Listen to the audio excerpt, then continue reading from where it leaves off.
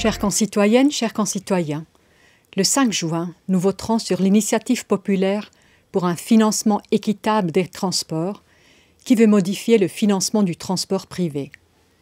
Les auteurs de l'initiative demandent qu'à l'avenir, ce ne soit plus seulement la moitié, mais la totalité du produit de l'impôt sur les huiles minérales, environ 3 milliards de francs, qui soit affecté à la circulation routière. Le Conseil fédéral est conscient de l'importance cruciale d'une infrastructure de transport performante et sûre. Pour financer durablement l'assainissement et le développement ciblé du réseau routier, les fonds supplémentaires seront nécessaires ces prochaines années pour les routes nationales. C'est pourquoi le Conseil fédéral a soumis au Parlement un projet pour la création d'un fonds pour les routes nationales et le trafic d'agglomération appelé FORTA. Ce fonds permettra de développer de manière ciblée le système éprouvé de financement des routes. Il sera alimenté par la Confédération à hauteur de 400 millions de francs par an, ainsi que par une modeste augmentation des redevances routières. L'initiative, à l'inverse, demande que l'on consacre chaque année à la route 1,5 milliard de francs de plus. Cet argent manquerait donc à la Confédération et notamment aussi aux cantons et aux communes pour financer leurs autres tâches.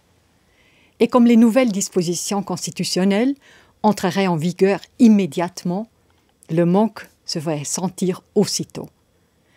Des mesures d'économie seraient inévitables, par exemple dans la formation ou la recherche, ou encore dans le domaine de la coopération au développement ou dans l'agriculture.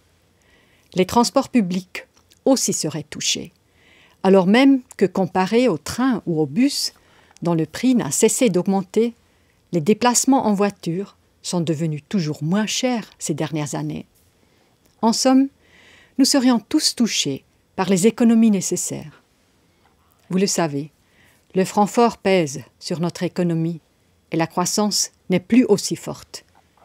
La Confédération a déjà dû engager des programmes de réduction des dépenses d'un montant de 2,5 milliards de francs. Le Conseil fédéral veut éviter de déséquilibrer davantage encore les finances fédérales. C'est pourquoi il propose des améliorations et des dépenses supplémentaires raisonnables en faveur des routes fondées sur le système de financement éprouvé des transports.